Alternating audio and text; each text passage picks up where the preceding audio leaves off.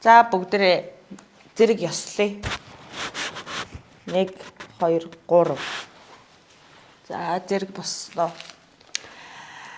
Гадаа их төгжрэлтэй байна. Иргэд их бухимдалтай байна. Та бүхэндээ шинэ жилийн мэнд хүргэе. Merry Christmas. Эрхэм хүндэт Монголын ард түмнэ. Өнгөрөх 7 хоногт гадаад улсын иргэдийг маш олноор нь ковидгүй зарчуулах хуулийг өргөн барьсан билээ. Энэхүү хууль маань энэ юу бичсэн бэ чи? Ард иргэд маань нэг үеийг бодвол үнэхээр ухаантай болсон байна. Энэ юу бичсэн бэ чи? Өнгөрөх 7 хоногт энэхүү хуулийг өргөн барьснаас болж ард иргэд маань арслан мэт бараг л барьж идэнгээ алдлаа. Бодоод байсан чинь энэхүү хуулиа буцааж татмаар юм байна. Буцааж татах болсон юм уу? Тэгсэн ш дараа. Ард иргэд маань бухимдаж байна. Энэ текст унших нь зөв юм уу? Зөв шүү дээ дараа. Яг зөв гоё явж шүү дээ. За.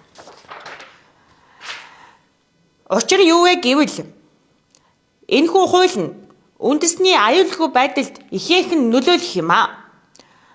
Тухайлбал үндэсний аюулгүй байдлыг улам аюултай байдалд хүргэх цаашлаад гадаадаас олон тооны иргэд орж ирээд Монголын маань охид бүсгүйчүүдийг татаж шангаах буюу тодорхой хэмжээний бэлгийн дарамт, сэтгэл зүйн дарамт, мөнгө хөрөнгөний иргэшээлд оруулах магадлалтай.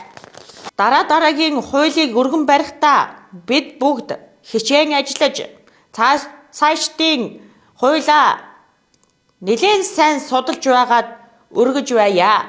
Буцааж татхаар хэмжээний хуулийг ахиж өргөн барихгүй. Хүндэтгэл үзүүлж хуулийг санаачилсан, буцаан татсан Улсын их хурлын гишүүн Хоронцонгийн арын албаны ажилчид 52 49 08 88 39 хаан банкны данс Хоронцон 12 дугаар сарын 20 хэдэн бэлээ 23 Михий ёсолсон арын албаныхан стори.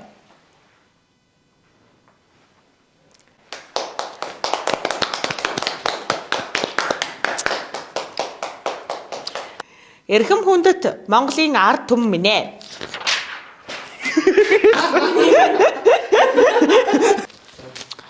Эрхэм хүндэт Монголын ард түмнэ. Өнгөрөх 7 хоногт гадаад улсаас ковидгүй өчнөн тооны иргэдийг зарчуулах гэж